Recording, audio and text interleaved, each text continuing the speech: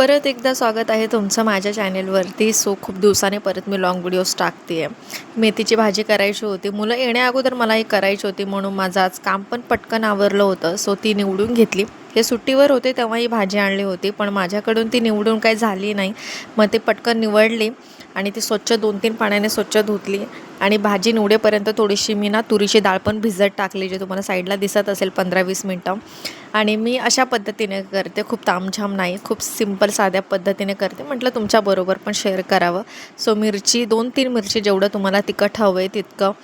3-4 मिरची घेतलं होतं मी आणि एक 5-6 लसणाच्या पाकळ्या. लसूण जरा जास्त टाकलं ना भाजीमध्ये तर छान लागते, मला तरी पर्सनली. तर मी लसूण हे दोन्ही पण मीठ टाकून थोडंसं कुटून घेतलं आणि ते 1.5 चम्मच तेलामध्ये छान लाल होईपर्यंत त्याला थोडंसं भाजू दिलं. मग जेव्हा ते लाल झालं त्याच्यानंतर मेथीची भाजी टाकली आणि जे भिजवलेले तुरीची डाळ होते ती टाकली. माझी आजी मला म्हणायची की मेथीची भाजी केव्हा पण झाकून शिजवू नये, कारण ती कडू लागते. पण केव्हा तरी करते मी. आणि मेथीच्या भाज्यामध्ये पण 2-3 प्रकार असतात. काहींचे पाले मोठे असतात, काहींचे छोटे असतात. हे छोटे छोटे पालं होते ह्याचे, त्यामुळे भाजी पण पाहायची छोटी झाली, म्हणजे थोडी झाली आहे. मग छान झाली होती भाजी आणि मी पण अशाच पद्धतीने करते. आज पूर्ण दिवसभर ढगाळ वातावरण होतं, त्यामुळे कपडे थोडे वरती, थोडे खिडकीवरती, छोटे छोटे कपडे हव्याने पडतात, त्यामुळे खिडकीवरती असं टाकलं होतं. दिवसभर पाऊस तर नव्हता, पण वातावरण ढगाळ होतं. पण संध्याकाळी पाऊस जोराचा पडला. मग जितके पण थोडेसे वाळलेले जे कपडे आहेत ते मी घरात असे स्टँडवरती टाकले, म्हणजे ते उद्या सकाळपर्यंत छान वाळून जातात.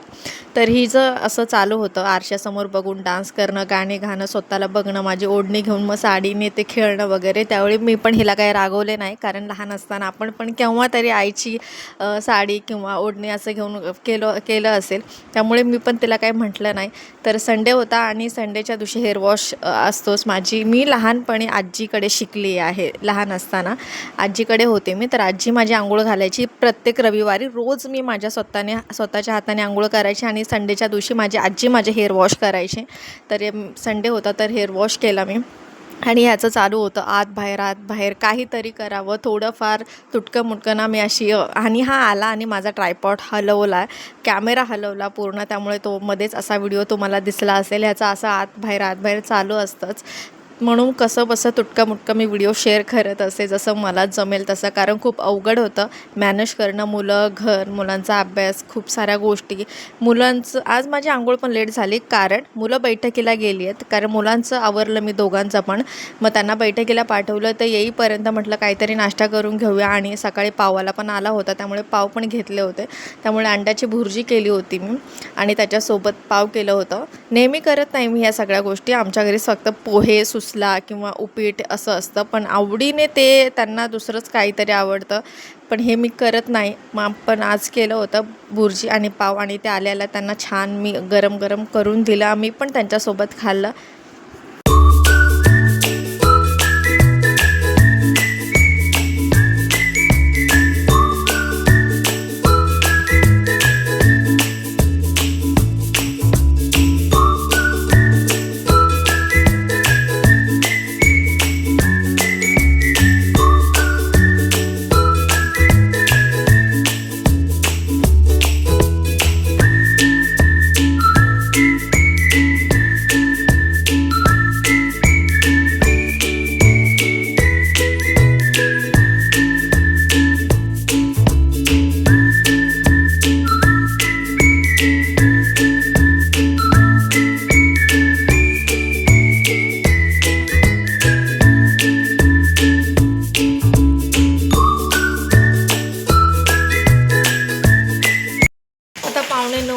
रात्रीचे 9:15 वाजलेच. माझा सगळा स्वयंपाक करून झाला आहे, फक्त दूध तेवढं तापवायचं आहे. ह्याला यायचंच आहे कॅमेरामध्ये.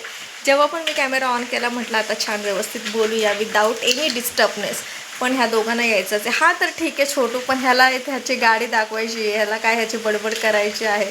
अजून जर ऐकायला बसवलं पूर्ण रात्र जाईल ह्याचे कारण मी जर ऐकायला बसवलं तर.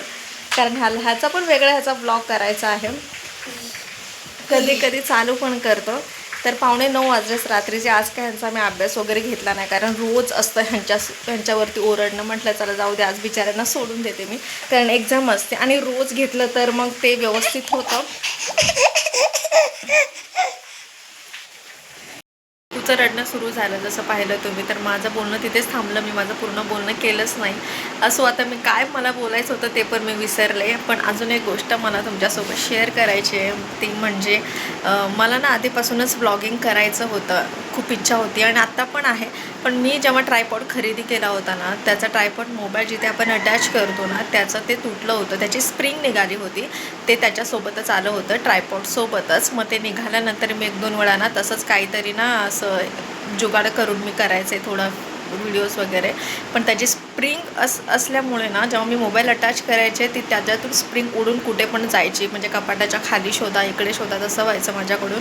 आणि त्याच्यामुळे मी कंटाळले, मग मी ते सोडून दिलं. जसं मी आत्ता जस्ट स्टँडवरती मी फोन नाही लावला, हातामध्येच धरला आहे, तसं मी हातात करते ना, इतके माझ्या मागचे ह्याच्या मागचे जितके पण व्हिडिओ आहेत ना, ते स्टँडवरती मी लावला नाही आहे. पण ह्या ब्लॉगमध्ये मेथीची भाजी बघितली तुम्ही, जे काही शूट केलेलं पाहिलं आहे ते मी स्टँडवरती मोबाईल लावून बघितला, मोबाईल लावून मी शूट केलेला आहे. तर ना स्टँडमुळे ना खूप साऱ्या गोष्टी सोप्या होतात आणि मला वाटलं की आता काही माझ्याकडून होणार नाही आहे, तर मी नवीन अटॅच जो असतो मोबाईल अटॅचर तो मागवला आहे. मग तो स्टँडला अटॅच केला आणि आता थोडंसं बार माझं शूट करणं सोपं होतं आहे, कारण मला खूप साऱ्या गोष्टी दाखवायच्या असतात, बोलायचं असतं, माझे जे काही अनुभव असतात, असं मला बसून छान तुमच्यासोबत गप्पा मारायच्या असं सांगायचं असतं. पण ट्रायपॉड नसल्यामुळे माझ्याकडून ते होत नव्हतं आणि एका कोपऱ्यामध्ये ना ते धुळकात बसलं होतं ट्रायपॉड. तर आज मी तो अटॅच केला आहे, काल अटॅच केला आहे तो मी. आणि आता होप सो की ह्याच्या पुढून जे ब्लॉग आहेत, जे व्हिडिओ आहेत ते रेग्युलर येतील आणि चांगल्या पद्धतीने येतील, शूट होईल. कारण तुम्ही बघितलाच आता व्हिडिओमध्ये मुलं असतात, घर, ह्या सगळ्या गोष्टी सांभाळण्यामध्ये ना कुठे थोडासा वेळ कमी पडतो, किती पण केलं तरीसुद्धा असो. आणि तुम्ही पण थोडंफार रिलेट करत असाल तर चॅनलला नक्की सबस्क्राईब करा, लाईक करा. आणि बस मला हीच गोष्ट शेअर करायची होती. भेटूया अशाच एका इंटरेस्टिंग ब्लॉगमध्ये. आणि काही सजेशन असेल तर हे चॅनलवरतीच मला लगेच कमेंटमध्ये तुम्ही सांगू शकता. तर भेटूया पुढच्या ब्लॉगमध्ये. हा ब्लॉग मी इथे संपवते. बाय.